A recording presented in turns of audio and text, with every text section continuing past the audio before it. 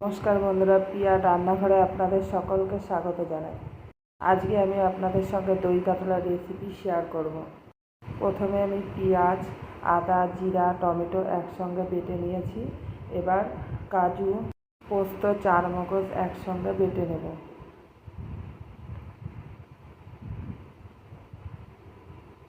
বাটা হয়ে গেছে। এবার কড়াই বসিয়ে দিয়েছি। এবার কড়াইতে তেল দিয়ে নেব। মাছগুলিকে আগে থেকে লবণ দিয়ে রেখেছি। এবার মাছগুলিকে একে একে দিয়ে দেব।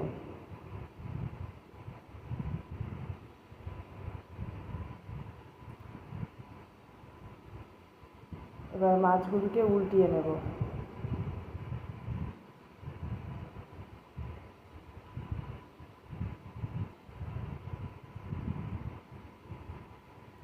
মাছগুলি উল্টানো হয়ে গেছে। এবার মাছগুলিকে তুলে